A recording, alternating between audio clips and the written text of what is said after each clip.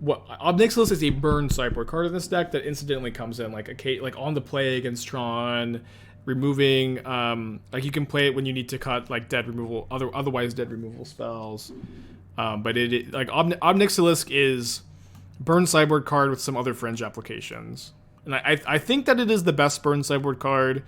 Where it very often is going to be like a bit like it's very often going to be a life swing that is also like if it's a life swing that forces them to use removal on it, then it's like going to be like a 7-point life swing a lot of the time. If you have 2 obs, if you use 2 burn spells, maybe you already get to gain life. Very, very high upside. I have a limit of 125 ticks. What Pioneer deck do you suggest I could play? Red White Heroic is probably like the best budget deck for Pioneer. It's also just a good deck in Pioneer. I think I've been pretty impressed by it. Think Ob will have the place as a staple in Modern? Do you think it will be phased out pretty quick? It is. Ob Nixilis will never be a format staple in Modern. It would be. I have found Ob Nixilis to be somewhat playable as a sideboard card for for like decks like this against burn, and I found it to be a good card in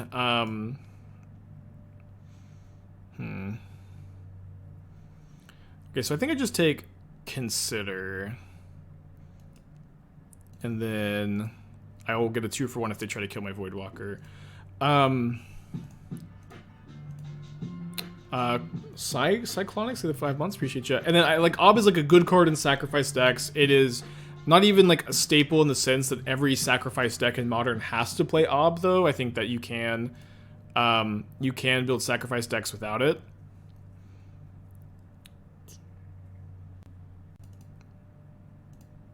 Heroics 65 ticks, Crush this weekend. Yeah, that deck's really good. Okay, so let's go beta removal spell with Liliana. Or counterspell with Liliana, and then now our Voidwalker represents a counterspell. Qualifiers did not go well this weekend, unfortunately. Got some more this weekend, though. Why do you open all the treasure chests? Imagine enough play points. I open them for like the chat's enjoyment, and then it's also my enjoyment. But yeah, I open the treasure chests so like you guys get to see the treasure chest and it's fun. Especially when you're streaming, like, sacrificing EV for fun for the channel is usually the right move.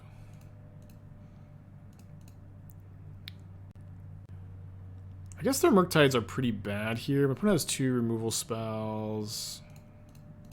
Yeah, I should just probably keep the pressure going. Are the break the ices in the Cypher Caverns and basics out of 4-color? Is that even good? Well, I'm kind of testing the theory. Is it even good? Is the question for sure. I think yes. When I play against 4-color, they fetch basics so aggressively against me. I'm not sure if that's just because I'm playing a red deck, but I do think that they are more likely to fetch basics against red decks because of Magus of the Moon effects. And so I think that the Sinkhole effect is very good against them. Just like delaying the Omnath, delaying the Teferi, getting ahead on board, because like you do have to win that matchup by getting ahead on board and staying ahead on board. You don't really win those matchups by waiting around forever. When getting started MTGO, how many tickets should I expect to spin before I can go Infinite-ish in leagues? Well, if you're familiar with the deck and you already like have understanding on how it should be playing and like how to pilot the deck that you want to play, then you can go Infinite immediately, and then you need to spend money on a rental service, but it shouldn't take that long.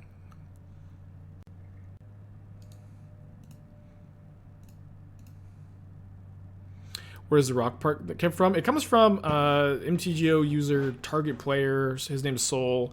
It's a really old deck list to describe at the time described a green-black list.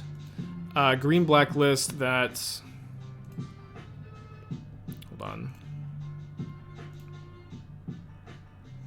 That was playing... It was very different, but it was playing like Deranged Hermit and Phyrexian Plague Lord. And the name the rock comes from the wrestler the rock, and like those cards are the rock and his minions. Phyrexian Plague Lord is the rock, and I believe Deranged Hermit's tokens are the minions. I may be getting that like slightly wrong, but that's like the general idea. And since then, the name The Rock has kind of adapted to, and I ran this by Sol himself recently. He approved this definition.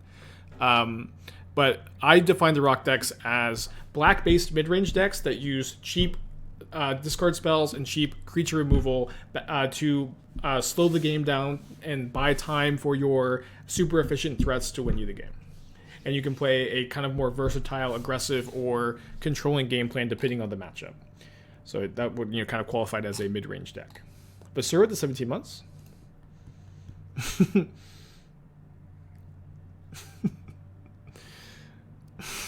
I'm going to keep this hand. I'm going to put back the Voidwalker. I know it's a one-lander. We're on the draw. We're already on a mold to 6. My opponent's on a mulligan to 5. Surf and Pocket 2 the 5-pack. Thank you, thank you. Got something to say. You can. Thank you for that. What discard spells did they use in the original Rock deck? I don't know. I don't even really know what that list looked like. Maybe I'm a fraud, but these lists are like the evolution of those strategies, though. I'm sure that they did play some.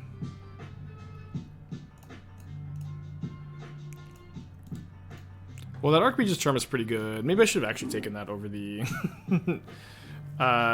iteration. On the draw, didn't find a land first 3 looks. Bummer. Have game 3 on the play. On that definition, Death Shadow a Rock deck. You could consider Death Shadow a Rock deck, although like typically Rock decks don't play blue, and like Death Shadow playing counter spells as like part of the interaction probably breaks the definition. Because like to me, like not playing counter spells is kind of a part of it. But you can also call any deck whatever you want because Magic players have no like consistent definitions across the board. There are just no consistent definitions in Magic the Gathering. Okay, so I mean, if I can just draw a red source and kill this Ledger Shredder, we're not doing so bad. If I can draw, I meant to say if I could draw a red source and kill this Jace, we're not doing so bad. Do they plus? And with the 5 months, how's the house? Oh, I guess plus because I'm mana screwed. That makes actually perfect sense. Let's go to game 3. House as well. It is still standing. So read 12 months. Could I define tempo? Yeah, tempo can neither be created nor destroyed. It can only be transferred from one player to another. That's Richard Garfield's first rule of tempo. Got a standing desk, got a standing house. Everything is going swell. Showstopper, 9 months. Thank you.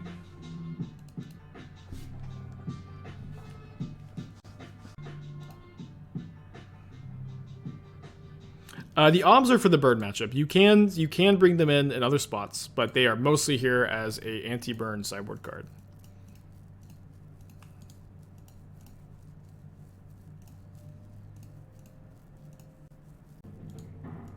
Discards a lightning bolt.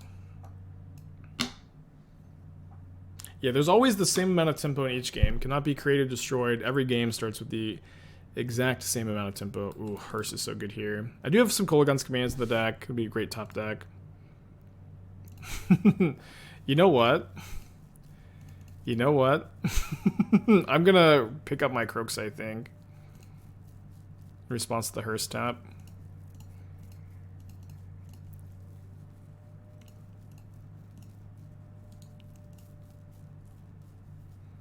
These are my favorite plays. One where I get to like just perfectly predict the top card of my library. But two, like I love plays that like require my opponent to do something in order for them to work. Like here, like the Kolaghan's command line doesn't work if my opponent like plays around the Kolaghan's command, but it's just like so unreasonable for them to play around it that I think it's correct to jam here. I think I'm gonna play my own Hearse. Probably gets countered. Yeah. It's okay.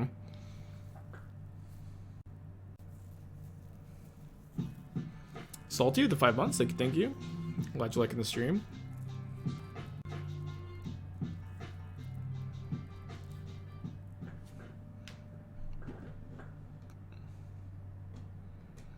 Incalibrated Blast is a real deck or meme. It's definitely a real deck. Oh, they revealed Spell Pierce. It's awesome. Land? Untap land? Oh. Kind of the opposite. I think I actually just want to hold up removal here. Because my double Graven Cairns means I can't play Kroxa and hold a Bolt. If they're missing land drops, this is kind of okay. They're kind of somewhat likely to play a threat, although they don't play a threat here. Although now I've drawn a land. Let's just, I think, kick a Tourach this turn because I have 2. I think if I didn't have 2, I would just probably play a Kroxa. And what's cool about kicking Tourach is if they do have Archmage's Charm, they have to counter this instead of drawing 2. Where if I Kroxa, then they can draw 2 with the Archmage's Charm. Although now, I think it's probably best to try to find a slightly better spot for the second Tourach. Hopefully they don't have more graveyard hate. They do discard a Lightning Bolt. I'm going to play my Blood Crypt tapped. I think it's not very likely that I need to double Bolt or Bolt plus Terminate this turn. It could obviously happen, but my opponent has not played a single creature yet, so... Okay, now I guess I just kick this next Tourach. It almost definitely gets countered, but then I can escape Kroxa next turn.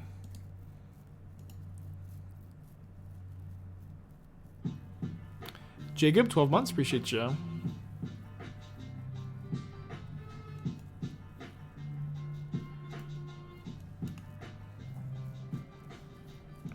Pioneer mid-range vampires, man. You know how to get after my heart, huh?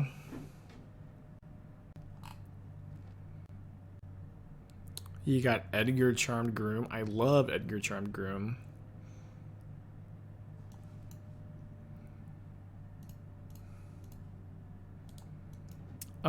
If I Lightning Bolt and they play any spell in response, it's pretty bad for me. So yeah, so I guess I just untap. I just untap. So that now them like considering or Spell Pierce or whatever doesn't save their Shredder.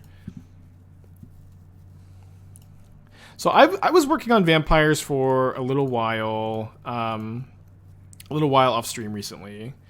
Can tell you the insights I've gained from that in a second. Hold on. Kroxa has entered the chat. I repeat, Kroxa has entered the chat. I think Shocking Blood Crypt telegraphs my Terminate too hard. I can also go Terminate plus Din next turn, so this is probably fine. To just play this tap. They discard another Shredder. My builds were never quite this low to the ground. Most of the builds I was working on kind of relied on the trying to put Lord Xander into play with 3 mana Sorin. I was like really in on that. I thought that with vampires and Pioneer, that was like the most interesting thing to be doing. And I thought one good card here was Corpse Appraiser. Corpse Appraiser is like a card filtering spell that could potentially even put a Lord Xander into the graveyard for you to Olivia back. Although I had a lot of different versions with like more and less Olivias over time. I think I'm supposed to Din instead of hoping to hit something off Ragavan. Opponent's still with no 4th land. Jeez, might have Jace in their hand. Oh man, I would have loved to get that Hearst though. It's okay. Could have just as easily bricked. I'm not saying that this version was good, but I thought that the most powerful thing to be doing with vampires was to play Sorin Lord Xander, just kind of be all in on that. I was trying Grim Tutor as a way to assemble the combo. I didn't find it to be very good. But building the deck this way and like more mid-rangey is fine. I will say this: I think this card Harika is pretty bad, having 3 toughness for 4 mana, like dying to Fiery Impulse before it ever triggers. I do think is something I would like not register. Okay, so let's go Lightning Bolt, dash Ragavan, and then I don't want to Liliana this turn and have to discard my Terminate, because there's like, discarding Terminate in spot is how you just like lose to Murktide or something. Just gonna fire up the Din, and they're almost definitely gonna kill one of these two. They choose to kill Din instead of Ragavan, which is fine.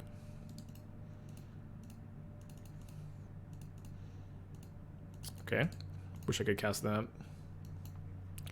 I think Evelyn is also kind of mediocre. I think Hirika's kind of mediocre. I would be interested in like playing like 3 Edgar, 4 Champion of the Dusk, and just like getting rid of these 5 cards. And I think the list would look a lot better. I would also potentially be interested in like 4 main deck Vanishing Verse over any number of Fatal Push. I'm like currently of the opinion that Vanishing Verse is the best removal spell in Pioneer, and I just kind of will be main decking 4. And you can sideboard the rest of the Fatal Pushes maybe. If you want to. Okay, they did have the Jace, and they ended up plussing. So I think I'm hitting them with the Ragavan. A lot of good hits here. Go down to 6 as well. Brick this time.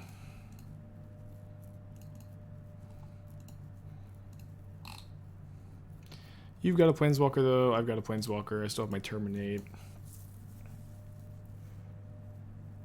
Yeah, so those are the changes I make in the main deck. Sideboard seems fine. Oh, I would main deck Kalidas. Kalidas is really good right now. I would definitely be main decking like 2 Kalidas. So maybe that's like over the Sorin the Mirthless and like the 4th Champion of Dusk or 3rd Edgar Charmgroom. Probably over 3rd Edgar Charmgroom. I maybe even have 3 Kalidas in the main because that card is just like so good right now. What is Vanishing Verse miss in Pioneer? Yeah, it misses very little. And then the Exile is like super relevant against like Old Growth Troll, Arc-like Phoenix, Cavalier of Thorns. It also like hits like Wolf Willow Haven on turn 2 against Mono Green, which is sick. It does miss Karn. Missing Karn is a big one. Missing Kroxa. Although like the red black lists are cutting a lot of Kroxas now too. I would also play the 3rd Rest in Peace probably over the 3rd Go Blank. Rest in Peace is like really good, but like not that many decks get to play it. So like this deck getting to play it's really a big deal. Is playing 3 Liliana not good anymore? So I wanted to play a 3rd Kolaghan's Command in the main to hedge against Hammer Time. Hammer Times felt like a hard matchup. Artifact decks in general are on the uptick, so I thought that was important to have access to. I'm probably minusing Liliana. Although if I terminate here, then that's another card in the yard for the Kroxa, and then I get to plus Liliana and get the Ragavan through a removal spell. Although now they're plussing, that's not the case anymore. But I guess I could go plus, discard whatever I draw, unless it's good enough to play, then obviously I'm happy. And then I can Kroxa their last card, then dash the Ragavan. Oh, discarding the Din here is probably not good. Yeah, I guess now we'll just go dash, Din, plus, then escape Kroxa. I guess post combat. Thought about revisiting old Dimir control as I played the same success a while back. You might have to be a little more specific, but I haven't been like super into Dimir control recently. Okay, so we get to Fear Ragavan, then escape Kroxa. We have to hit them. Put our opponent down to 1.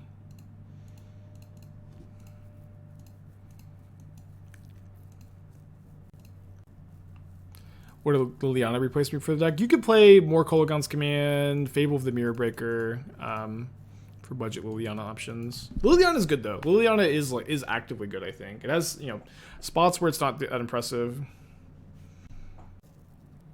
Father, I may have missed your subscription, but thank you for your resubscription. Yeah, I don't know. I feel like I'm kind of interested in like Dimir control in Pioneer 2. Like that deck seems like it has a lot of potential, and I basically never see a list that looks good, but I'm pretty interested in it. Maybe Esper control with like Vanishing Verse and Pioneer. Okay, got there. All flavors of Tron variants have become more popular lately. You even played against Mono Blue yesterday. Into the Storage Drown Lock Control. Yeah, I know what you're talking about with that deck. The blue-black Into the Storage Drown and the Lock Control deck. Obviously, like an old favorite of mine. Not one I've really played much of lately. Maybe one day. We'll see. Any changes to this food deck? I played in Dallas. I want to play 1 Darkslick Shores and the sideboard over the... sorry. I want to play 1 Darkslick Shores in the sideboard, and I'm not sure if I'm wanting to cut the 3rd Thoughtseize, the 2nd Teferi, or the 3rd Bone Shards for it. I think it's the 3rd Thoughtseize that I want to cut. But against like Grixis Shadow and Murktide specifically, those two decks are going to be... Oh, Mortron. Those two decks are going to be bringing in a lot of... Okay, so I shouldn't take the Chromatic Star since... Oh, they still get to make green mana though, right? Yeah, the Voidwalker turns off the Chromatic Star, but they need the green mana from the star, and they have 2 Sylvan Scrying, so I guess I do take it. But they bring in a lot of Urza Saga hate. So in those matchups, I'm interested in boarding out 2 copies of Urza Saga, and then bringing in a Darkslug Shores from the sideboard. It's maybe better to cut the Bone Shards, the third Bone Shards actually, because you have like more, and bring in 1 Teferi as an extra answer to like a Murktide. It's probably fine. Besides that, I'm pretty happy with the 75.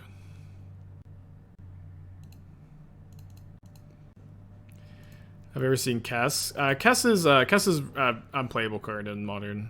Very cool card, very sweet card. Also completely unplayable, unfortunately. I wish that wasn't the case, though. I think I'm discarding Den.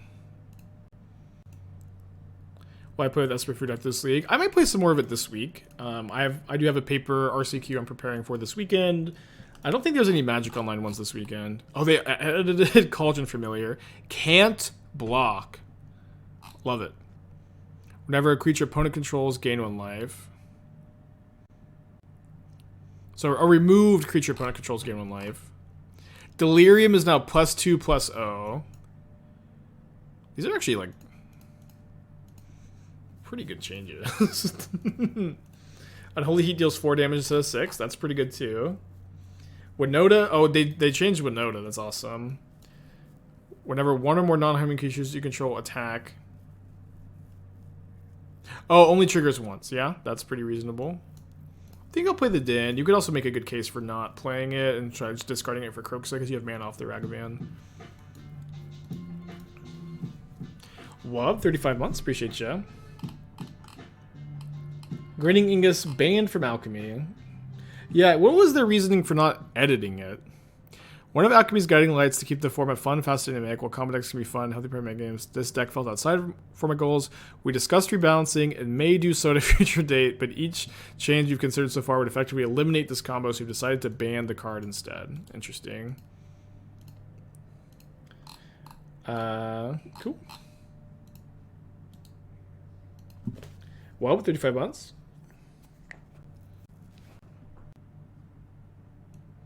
Couldn't you just, like... For Gritting Ingus, I don't know exactly what the combo is, but... For Gritting Ingus, couldn't you just make it, like, more red-heavy? Like, the mana cost is... Like, you could make it red, 1, or even triple red, and then it would still have a similar effect, but, like you know, maybe it does kill the combo, but... I don't know. I feel like that would... I don't... What is it combo with? Does that not stop the combo?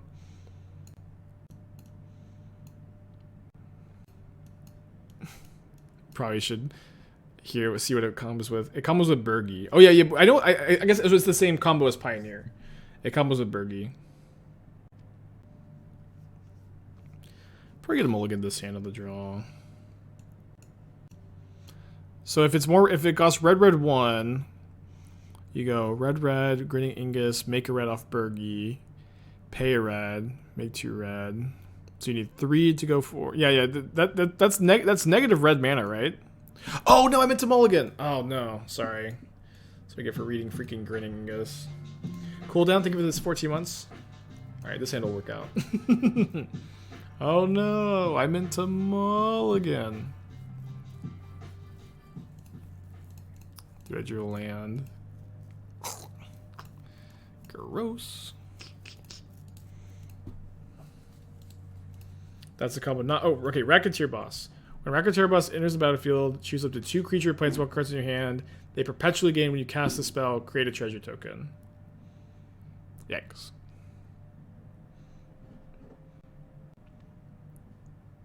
That card seems good.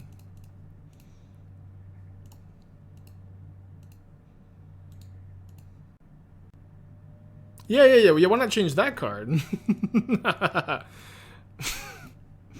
Make it like a treasure token.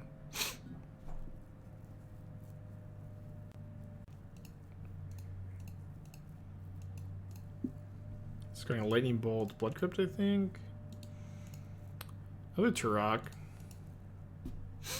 Yeah, just easy top deck gas the rest of the game. Simple. Rebalance a brand new rare. Am I joking? I guess you make some points, huh?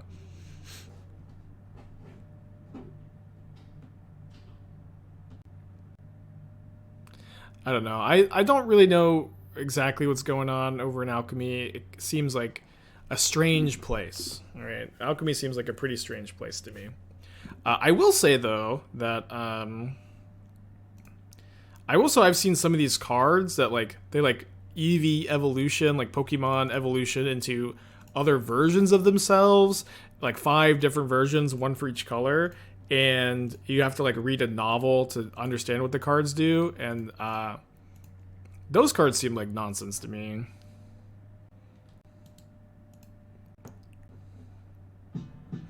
Volcano, 10 months. Thank you for your resubscription.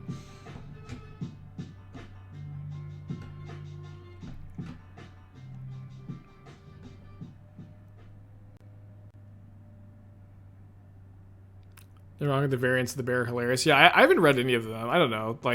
I think a lot of the alchemy cards seem like, well-intentioned for sure. Okay, if I can draw a land, I can kill Ugin with Den of the Bugbear. Kolaghan's command. I guess I just need to Spyro, discard these 2.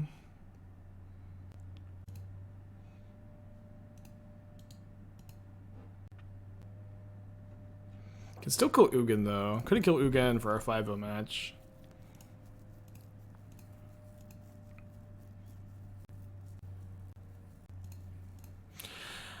Well, I do sadly lose my Graven Cairns, but I'm going to also destroy all my opponent's Tron lands. Sorry, Tron opponent. That's my 4-color Obnath sideboard card. Yeah, I've seen Full Metal. I've seen Brotherhood, but FMA is very good.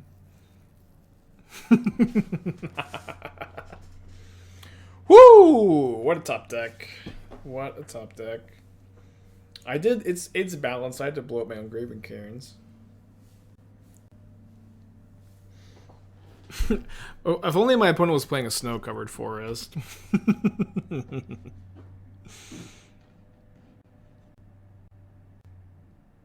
Is this even good? Yeah, we didn't know the Bugbear can kill the Ugin. If they plus, or I guess if they plus, the Ugin doesn't die to the den. But I mean, it'll die this the following turn. If we didn't have the den, we maybe would lose to the Ugin though.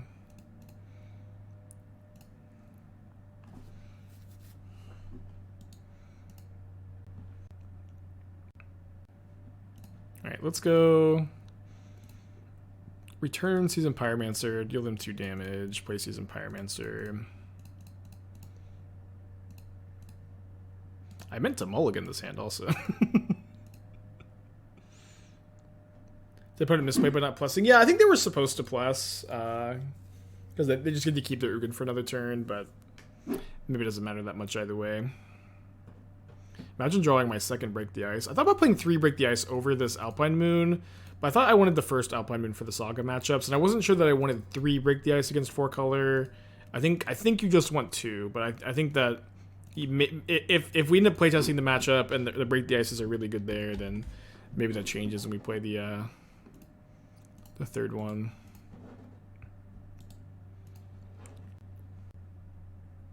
What does Break the Ice hit in 4-color? They're basics. They all play snow basics, and they do fetch their basics super aggressively in my experience.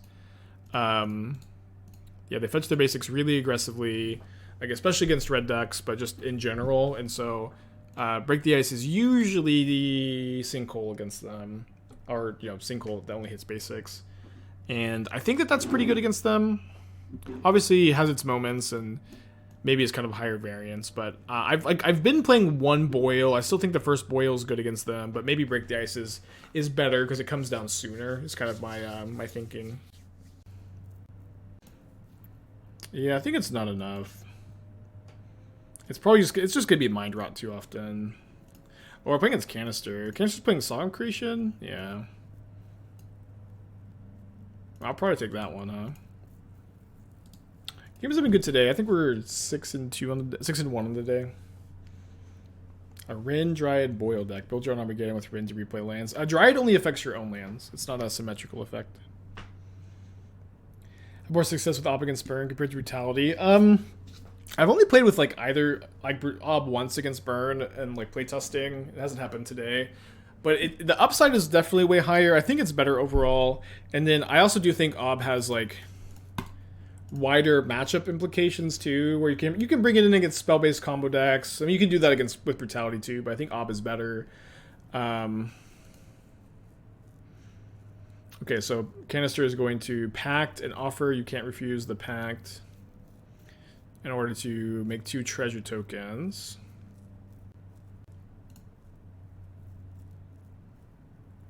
Oh, yeah, donate the Dryad. Harmless Offering. Now that's a deck, huh? Good old Thoughtseize Bug. Okay, I'm just gonna use the restroom while Canister goes awful. Oh, dude, Bobble's so cool because you get to, like... You don't have to discard your card. I'll be right back.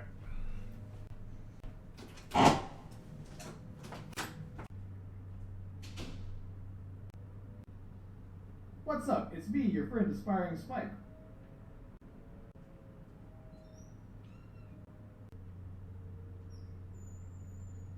What's up? It's me, your friend Aspiring Spike.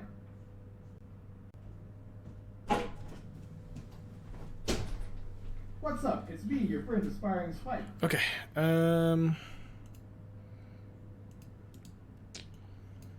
So we're gonna Kolaghan's Command. What's up? It's me, your friend Aspiring. I think kill Cantor, discard the Bauble card. Thoughts of Path decks current meta? It's like an okay cyber cards for white decks that need to beat a Murktide Regent, but it is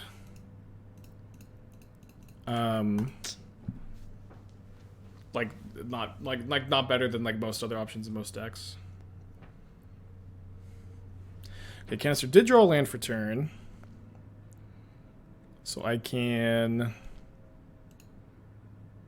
Time Walk again with the Kolaghan's Command.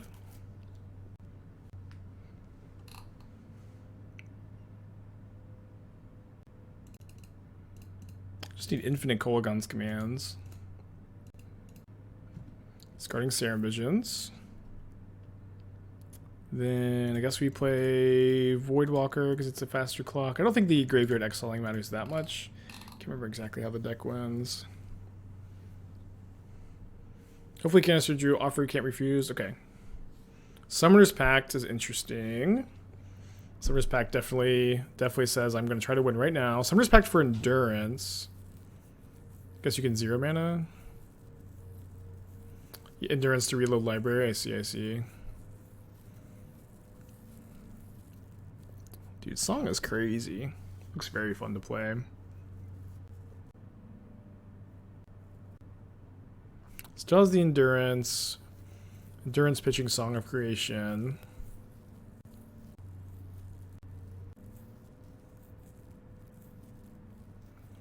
Do you think Glimpse deck should we see more play? They have been starting to see more play lately. I think that they have always been a little underplayed because they're kind of like complicated and unintuitive in some ways, but they're good.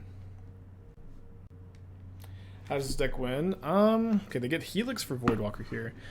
I think that they've been conditioned as Thassa's Oracle or Grape Shot. I can't remember exactly what version Canister's been on.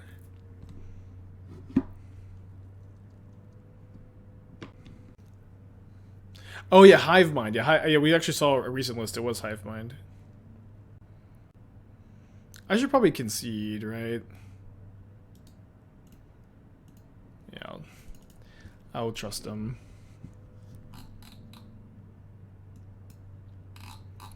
Okay, Voidmere is kind of interesting, although they still get their cards. I don't know if they care that much about the Voidmere, really. I actually had Canister's list, like, someone else did a deck tech for a different, like they were brewing around Song of Creation and just showed them Canister's list, which I thought was pretty good. Let's check it out. 1 Cantor, 1 Endurance, 1 Chalice, 1 Grape Shot. And then the Hive Mind. So, Chalice would stop the Hive Mind kill, but they could probably, you know, Besage you or tutor for the answer, I guess. Does seem like the creature removal spells are definitely not where I want to be. Hersteam's not that good either. Could play Ob. Ob is probably like way too slow though. Oh, there's I missed that there's Profane Tutors, right? We should probably play that. At least the Chalice on 0. Yeah, I'll play the Void Mirrors. Not amazing, but I think better than other options I have. Oh yeah, I can also Chalice on 1. That's right. Chalice on 0 is probably fine too, though. Okay, I'll keep a turn 1 Ragavan on the play against spell-based combo deck.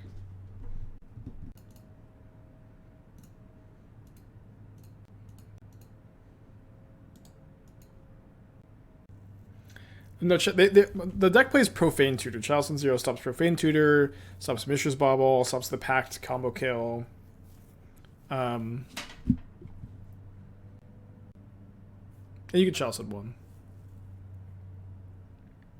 I think Voidmere is pretty PvP. Again, like at least the version we saw was playing 4 copies of Profane Tutor. So, that's the main reason why I want these cards is to stop the Profane Tutor. This deck doesn't play Profane Tutor anymore. Well, that's I guess the advantage you get by having a list circulate and making the change. That was my main thought.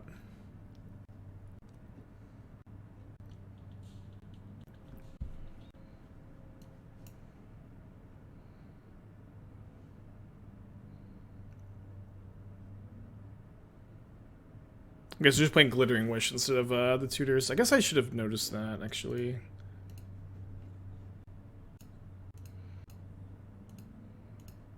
Cool. Offer you can't refuse.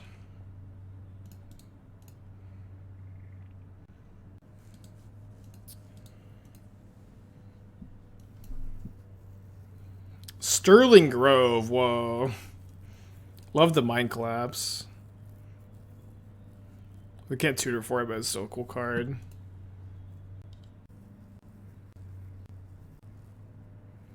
Any Glittering Wishers in the chat? How do they win? Grape Shot or Hive Mind, Summoner's Pact combo. Does wish for Song of Creation. Hopefully can't play it next turn.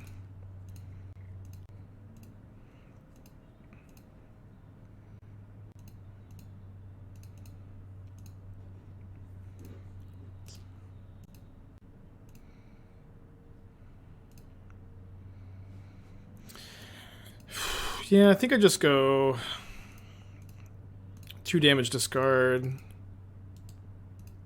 then if Ragavan dies, oh, I guess Ragavan dying would still not let me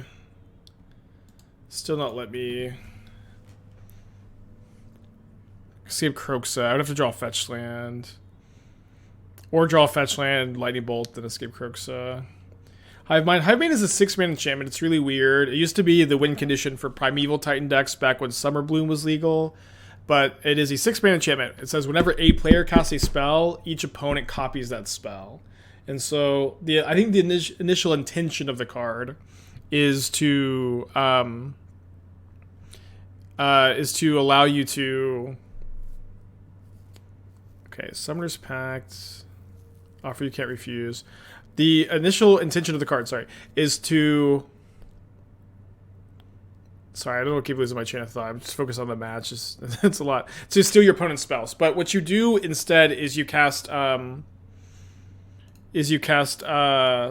Pact. After you cast a Hive Mind, and then your opponent has to cast a Summoner's Pact, and then they can't pay for it and they die. Dumbledore, thank you to the deck tech. We'll get to that in a second.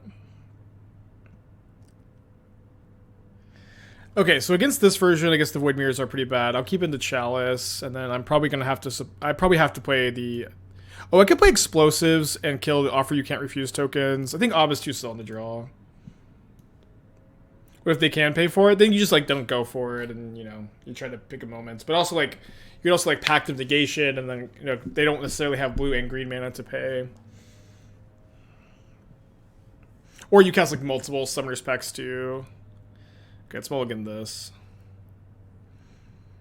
My Canister kept 7. So it doesn't have Ragavan. Doesn't have mana for Voidwalker. I'm gonna go to 5. And not loving this, but keeping anyways. So Ragavan.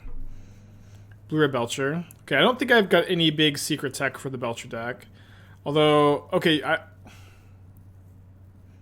I don't like cutting Ironcrag Feats so that you can play main deck Prismari commands. I think Ironcrag Feat, I think, is one of your best. Oh, you're playing Creativity too. Creativity Belcher. It's kind of a neat idea. I still think you really want Ironcrag Feat though, like 4 Ironcrag Feet, so that you can go Ironcrag Feats, Creativity, hit a Belcher. But very interesting take. Yeah, you probably just... Yeah, Force of Negation is, like, not even that good because it doesn't protect your own combo. Like, I would just, like, not play the Force of Negations, max out on Ironcrag Feats, maybe play the 4th Prismari command or the 4th Manamorphose. Although Manamorphose is definitely not as good in this version when you don't have the... What's the card called? The Doomsday card. Eddie through 10 months.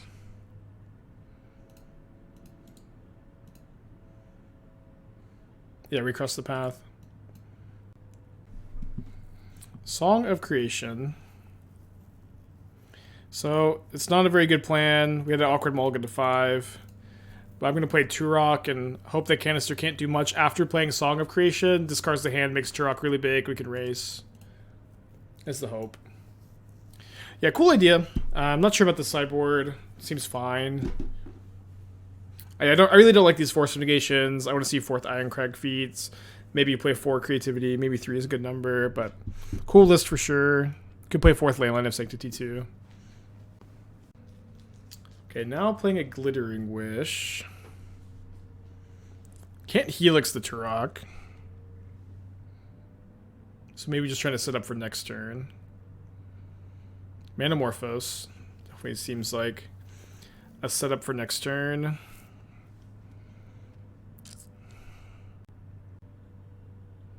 Three Uncrease is what you want. You never want to draw more than 1. Yeah, but you really, really want to draw that 1, right?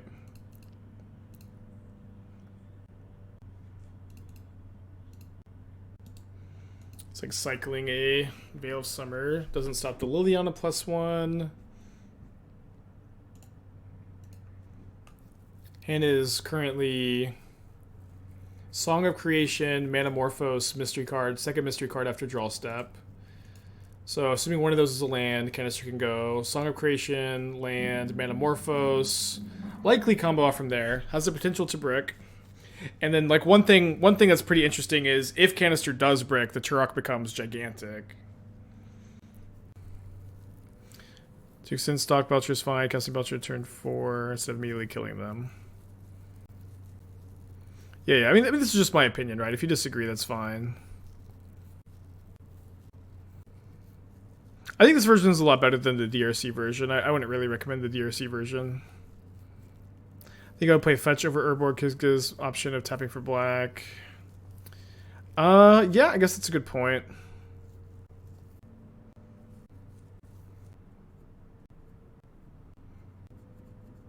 Isn't that mana neutral, Striker Rich on the offer you can't confuse? Or offer you can't refuse on a Striker Rich. So this is mana positive. Yeah, Wincon should be Grape Shot. Basically, I think with this many cards, it's really hard for Canister to brick. Fourth copy of Offer you can't refuse. The only thing I like with DRC version is the ability to play Heat. Yeah, I'm kind of low on Heat at the moment because it just doesn't kill Shredder on turn 2.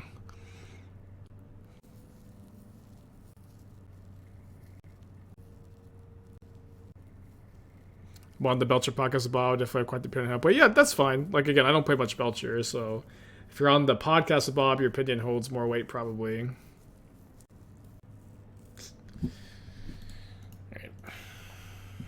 2-1. Good job. GG canister. I bet you definitely get a lot of value from your opponents not knowing how to play against you too.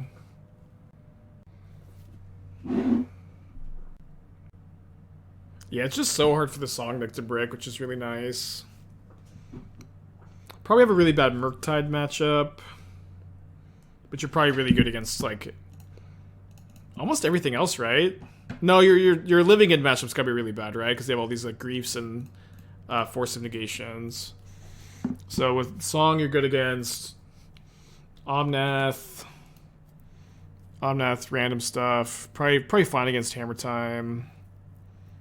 And then you're bad against Living End and Murktide.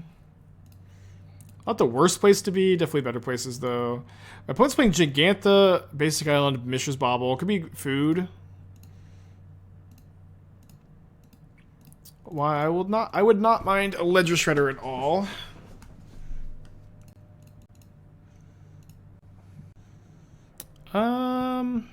If it is food, Lightning Bolt kills all their creatures. I think I'll just discard the Terminate here.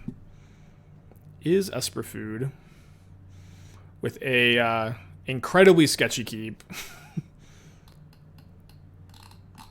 This was not a keep, I think. I think I take a second Asmo though. Why not Ragavan first and not why Ragavan first, not Inquisition? In the blind on the play, you should almost always Ragavan first. There's exceptions, but like especially like if you have other threats in your hand, like we have the Tourach and the Hearse, so you just want to maximize your upside and play the Ragavan. At least that's my opinion. Like maybe some people are in a different camp, but that's like usually how I recommend it. Tourach just as a 2/1 trigger when your opponent taps Cookbook is good. I don't know if I want the full 4. Probably not the full 4. I don't think I want Liliana's though. I do want the Engineered Explosives. I did write like a long, extensive deep guide for Channel Fireball, talking about sequencing with Ragavan Dragon Rage's Channeler decks, talking about the pros and the cons, and like what situations you lead on Discard Spell, which situation you lead on Ragavan and Dragon Rage's Channeler. It's like, it is kind of old, but I think the principles still apply, and it's like, 3,000 plus words with examples too. I bring in Ob Nixilis for the burn matchup mostly. Is Chalice good? You could Chalice in 0, just stops Ob. I think we have too many 1-drops to want to Chalice in 1 in this deck, though. Do you have a link to the article? I would have to, like, Google it and search for it like you would, right? But I'm, in the middle of streaming, so... You could sift through the writer's page. I don't have an easy link to it, now. Sorry. I think Living into Rhinos is currently stronger. I mean, Rhinos, I think, is underrated. It's fine.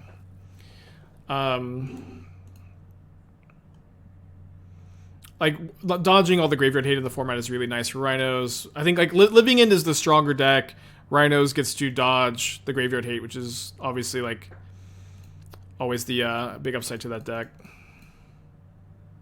House Hearse is really good, Todd. Good to see you. Against which match during Break the Ice? The main idea is that Break the Ice is tech against 4-color Omnath. Haven't played the matchup yet with it, but I think the idea makes sense where... Every time I play against the deck, they fetch basics super aggressively against me. I think that the first couple copies of Break the Ice are going to be a sinkhole in the early game, and I think that is something I'm interested in having access to. I don't think that it's going to solve the matchup, but it's also true, like we've seen today, Tron is also really popular, right? Tron is popular at the moment, and so having an option like this that gives you like extra game against 4-color Omnath while also hedging against Tron, I think is a really good use of sideboard slots in general. Thank you, No Beats. Or I guess that's the top No Beats link is my just article links, and then the other one is the deep dive on sequencing with Ragavan decks.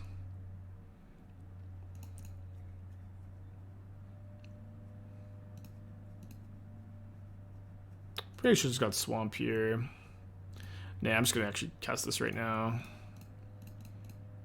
Oh, you know what? Sorry, I just need to kill the Cookbook.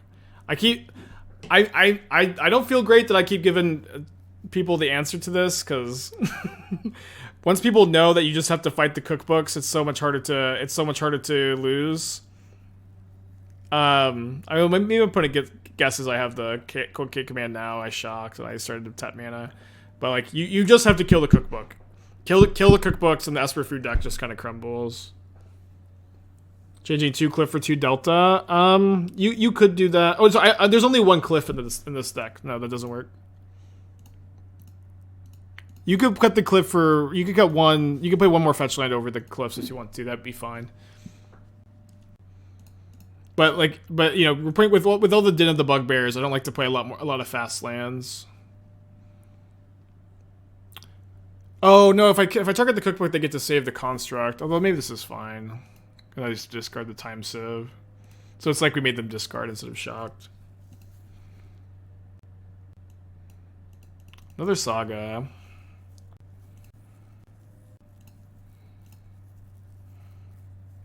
Yeah. When you needle cookbook, it's such a nightmare, which is why you have the prismatic instincts to answer needle. And this is definitely the issue for the cookbook deck, right? When like now that this is starting to become like more of a known quantity, that this is how you beat the deck. I think it's a big problem for the archetype. Not the best draws. Although I should have a block on a construct this turn. Would I play Sinkhole and DRC red black? I would likely play Sinkhole. I think that in this deck specifically, it makes a lot of sense to be playing Sinkhole in this archetype. It maybe even better in DRC Rakdos because you have a faster clock in that deck. But just again, the ability to like hedge against the more popular Tron matchup right now, while also like hedging against Omnath with the same sideboard slot feels like a really good use of sideboard cards. Why not wipe their board instead of return Seasoned Pyromancer and empty boards? Again, this is how high I prioritize getting rid of Underworld Cookbook. Like their deck is much weaker if they don't have an Underworld Cookbook in play. Grixis Shredder, Imri Persist. What about Grixis Shredder, Imri Persist? Well, what about it, I guess? I'm confused. I don't get the addition of Burgundy Prowess. Can tell about the latest CB article. There aren't any boss creatures in the deck. I see the Kappa. I don't understand the joke, though. That's not really my latest Channel Fireball article, is it, though? I've written like 3 or 4 pieces since then. I don't know if the editor's just... Yeah, it's not the latest. Ooh.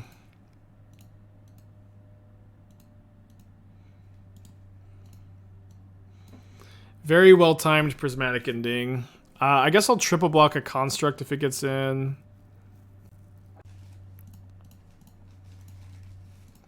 Well, Ragavan Crashgate. I think I'm just getting trolled on this channel, huh? Just getting trolled nonstop.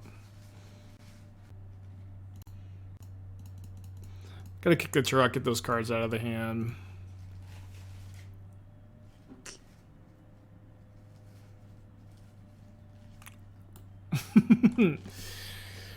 Well, glad that those aren't in the hand anymore. That being said, I think I have to chump block with the Tourach. Just not great. Maybe this wasn't the line.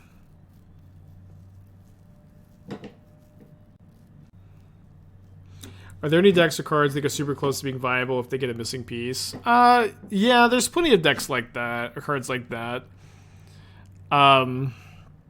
It's kind of tough for me to like speak on it too much because that's also kind of like my whole shtick is like keeping these kind of cards on my radar and then like brewing with them when they get a piece and building like exciting new deck lists. So I always feel a bit bad, but for these kind of questions, I like I either have the choice to give a good answer or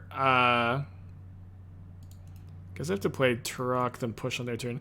I have the choice to either like give a good answer to a question or have good content later, and so usually I hedge towards that.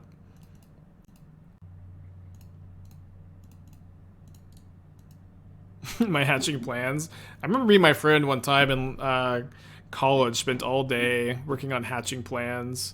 We played a hatching plans deck that was playing Monastery Mentor, and then this the Claw of Gix, which is like it's a 0 mana artifact. You can spend a mana, sack a permanent, draw a card.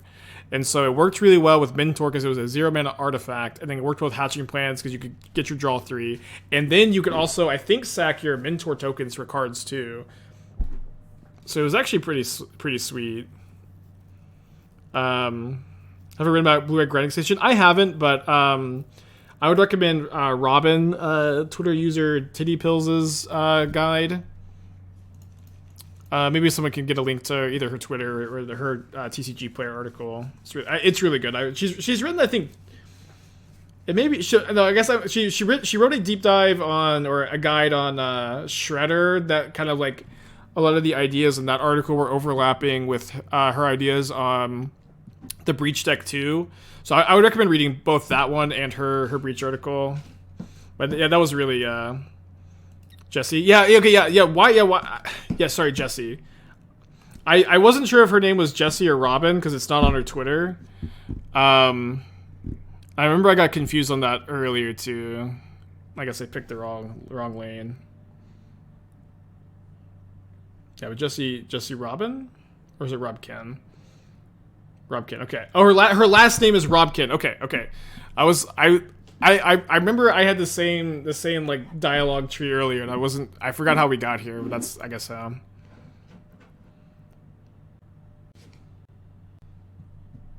you can plug a dredge, that's fine. Yeah, Jesse's like the funniest person on Twitter. She's a friend of the channel. Definitely happy to plug her upcoming podcast. Easily the funniest person on Twitter, embarrassing all the other all the other tweeters.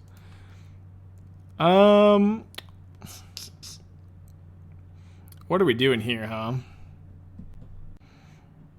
I kind of think I need to bobble off the Voidwalker. No, I triggered the Connive on the Shredder though.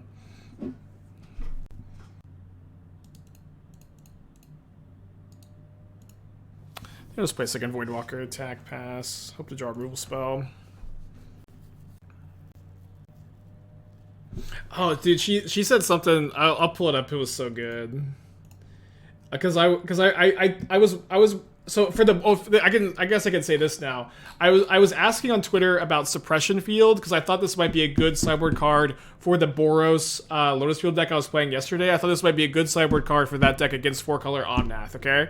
And so I was asking if it taxed Suppression Companions. I didn't think that it did, but I couldn't remember if Companions were like activated abilities that couldn't be Pithing Needled, or if they like what the exact text was.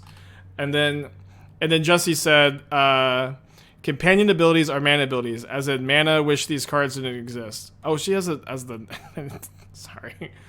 She has it as her like nickname on Twitter or whatever. Okay. Mana wish these cards didn't exist. It was so good.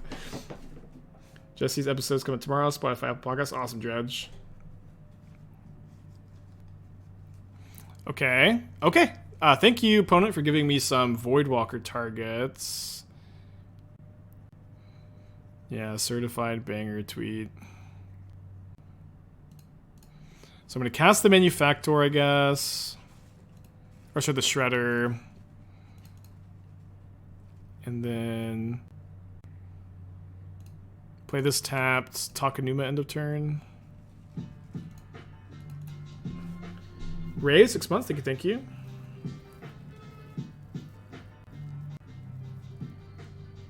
Yeah, I got ratioed super hard. Gonna have a hard time beating the Saga. They also get to Emery back. Manufactor potentially this turn. So game 3 on the play, I guess. I win the race right now if they have nothing. Yeah, it's just so hard for them to not kill me with Shredder when they have the Emery for one of these. In Alligator with the 17 months. Thank you. And you get Ray with the 6. Oh, I should have responded to the Spellbomb with Takenuma, though. Sorry. Well, maybe they'll crack the Spellbomb anyways, and then we find something better. Oh, she also doesn't get or my opponent doesn't get the Spellbomb trigger. Getting ratioed. I mean, it's probably best that you don't know. To get ratioed on Twitter is to have someone respond and they get more likes on your on their post than you did. Okay. Got a Voidwalker back anyways. So my opponent's gonna get to go. Yeah, I need to discard the Voidwalker here because my opponent's gonna get a cookbook, replay Manufactor, and very likely start taking a bunch of turns. Okay, and then my hearse is gonna be able to respond to the Manufactors. We each get to connive. I feel like I missed a sub. I got Raze, the 6 months, and Elgo with the 17, Hugo with the Twitch Prime. If I ever miss a sub, it's not intentional. Yeah, that one was really good too. Oh, there was one. Oh man, there was. I don't know. Like you can just scroll through Twitter. It's just all hilarious. Oh yeah, congrats on your RCQ win, by the way, Otter. I don't think I was able to successfully pull off the ratio though. So if my opponent has the Shadow Spear in the deck, I guess we also lose. But I oftentimes side it out in these matchups. Not that we can beat it anyways. Not making another token. Does get a cookbook. But the cookbook is not like that big a deal because I feel because I get to discards an Urza Saga, not Gigantha. What's happening? Oh, okay. I guess this is what's happening. Yeah, they're just gonna kill my Shredder. They're just gonna kill my Shredder and then I die. Okay. Game 3. Alright, on the play, I think I like my sideboard plan. Next up, I'm gonna play a version of Coffers. Awesome. I've been kind of wanting to tweak it a little bit. Thought about playing it today, but just like not quite ready. Put a discard a Daredevil, not a Saga. Oh, weird. I didn't see the Daredevil trigger go on the stack. Oh, it's in the log though. I totally didn't see it. Need new glasses.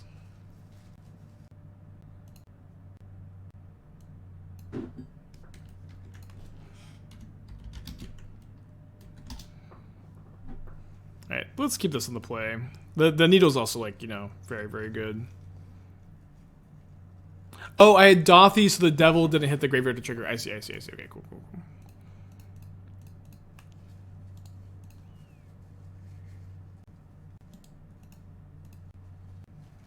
So they have an ending for my Ragavan.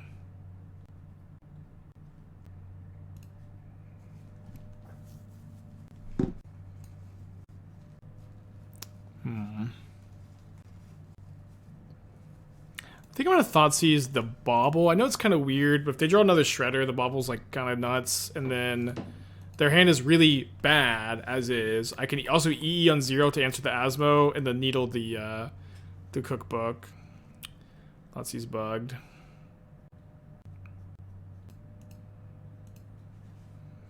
So they don't like the top card.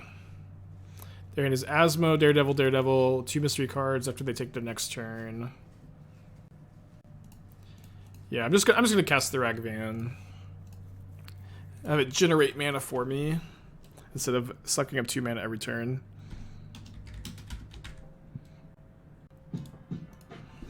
Cube is better. Think with the 17 months. Not gonna needle flats. No, I know I could have needle flats and stone rain them. Like that is how important needling cookbook is against the food deck, and I cannot stress like. If you have the option to like attack the cookbooks or like get slightly more value somewhere else, you need to needle the cookbook. Like my opponent's hand is Asmo, Daredevil. Like, an Underworld cookbook is just like turns this hand from nothing into like an unbeatable engine, you know.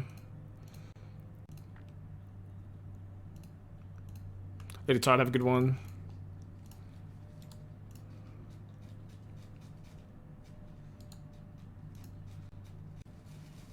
I've hit the upper limit of daytime MTGO user streamers. Unless MTG mode gets more popular, I think I've oversaturated the market. Think you're...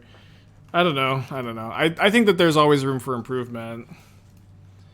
I don't know. I also, like, as far as, like... Do you think I've peaked or hit my limits? No. I think I personally have a lot of room for improvement as a streamer.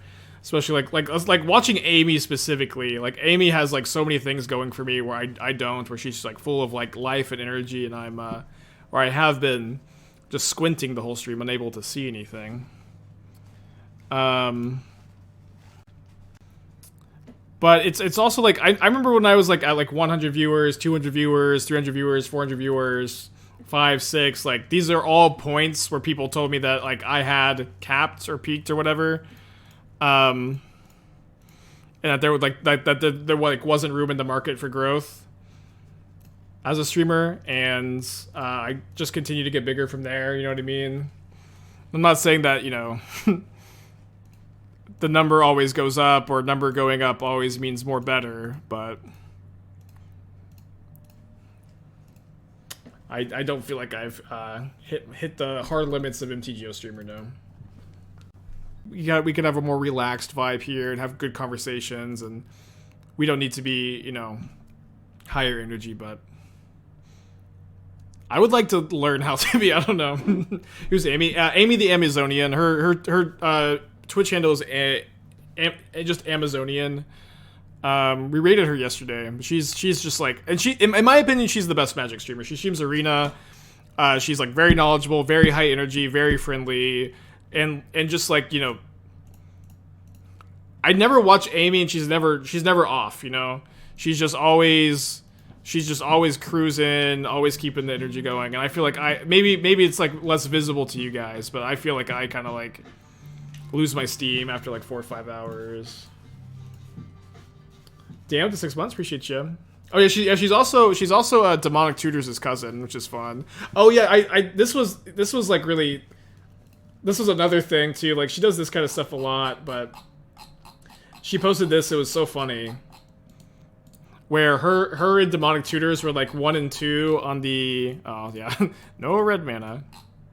But her and her cousin Demonic Tutors were number 1 and 2 for the category. Hold on. It's kind of, maybe, I don't know when I retweeted it, but she posted a graphic on her screen that said, "This is my cousin." This is my cousin, and then with like an arrow pointing to Ed. And then she just kind of like sat there, and so like if you were scrolling on the Twitch category, oh here it is. If you were scrolling on the Twitch category, you would see "That's my cousin" in letters here, and she's right next to Ed. yeah, they're really cousins. When Ed got me a gift for the trophy race, recently, she did some recon to get pictures of Athena for him, and then Ed sent me a keychain with Athena on it. Can someone explain how Unlicensed Hearse is better than Relic or Spellbomb? So what's nice about Unlicensed Hearse is that even against opposing graveyard decks, you get to have it be a gigantic threat, which is something that Relic can't do. So like it's never like kind of off like Relic is off. It's always like the potential to grow and become giant, while also giving you like a lot of incidental hate against graveyard decks. Well, that's nice. Yeah, Amy's the best. If you're not like, I know like a lot of people here don't like follow Arena. Amy is like really the only Arena streamer I watch these days too. I'm gonna concede.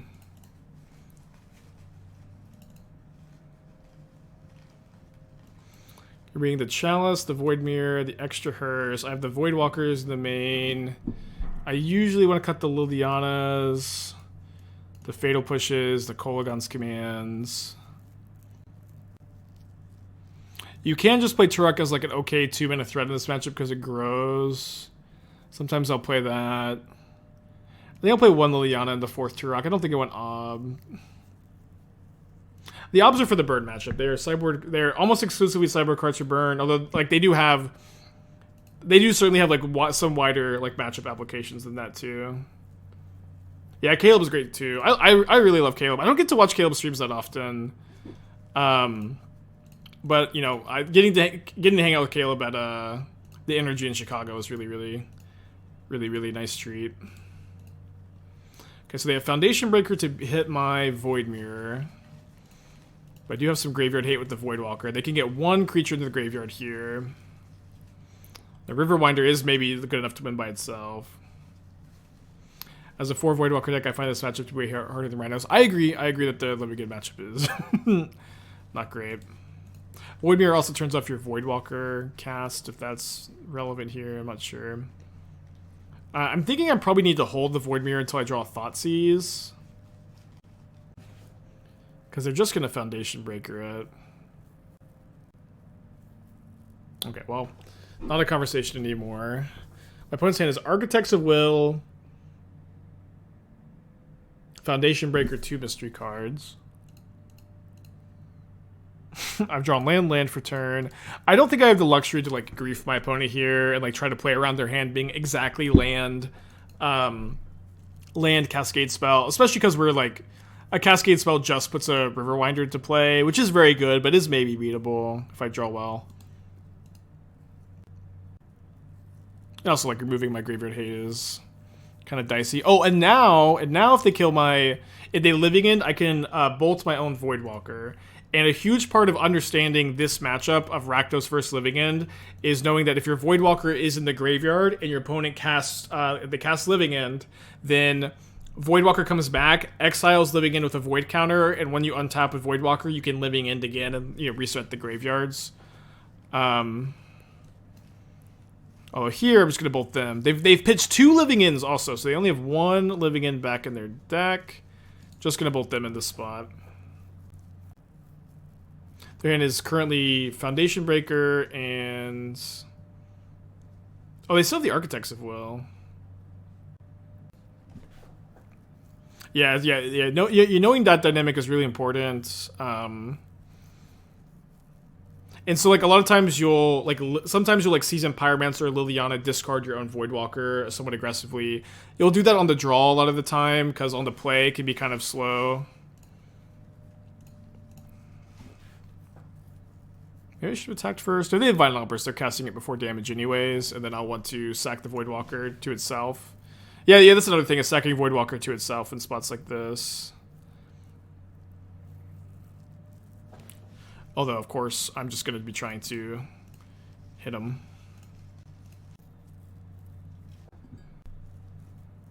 Ob Nixilis on the sideboard is for the burn matchup. Gains a lot of life, and then a lot of times it's going to both gain life and pressure your opponent's burn spells trying to kill it.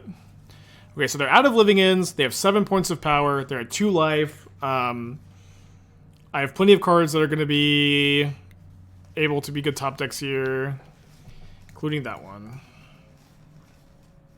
They never don't have it. Well, to be fair, my opponent's gone a lot of turns this game without having it.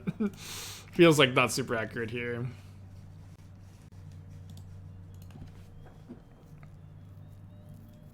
What is Lily on the board good against? Yeah, that's another good question. So for the longest time, I was playing 2 Terminates main, 1 Terminate sideboard, with the idea that you wanted that extra Terminate against Murktide, to have another answer to Murktide.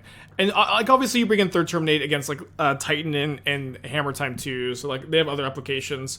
But 3rd Liliana, like Liliana is better against Murktide than Terminate is, so I think it makes more sense to play Liliana in the sideboard instead. And I also really like having at least the 3rd Liliana against Omnath. I think Liliana is actively good against the 4-color Omnath Yorion deck. Okay, on the draw for game 3, one thing you could do is also discard your own Voidwalker at instant speed with Kolaghan's command, which is kind of narrow. I don't think I usually like it that much.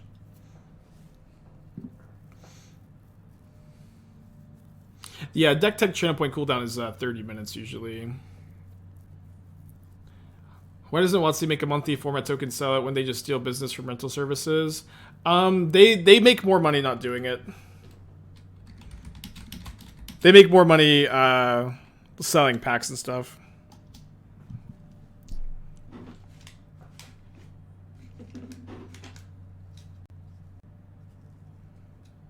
Okay, good hands. Gonna keep. I think I'm putting back Tourach.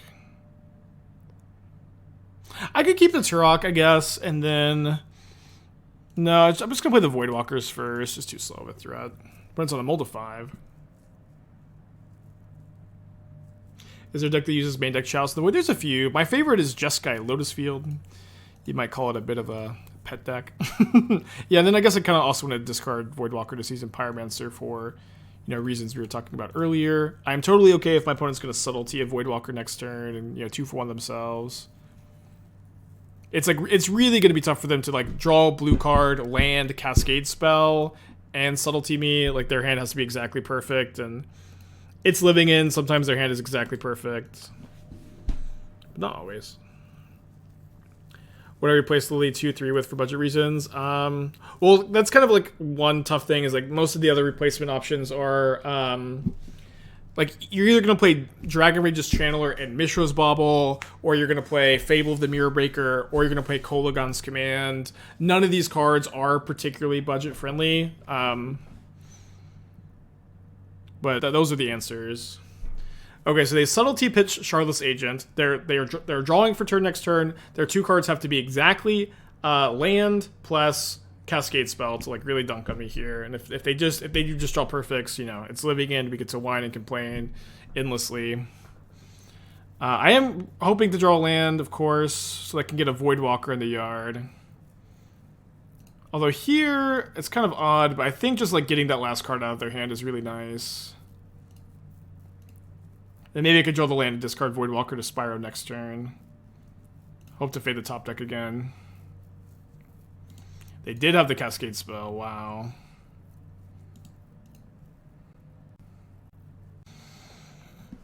I would really prefer not to Inquisition myself here. But as far as I can see, this is the only way we beat a top deck discards or top deck Cascade spell.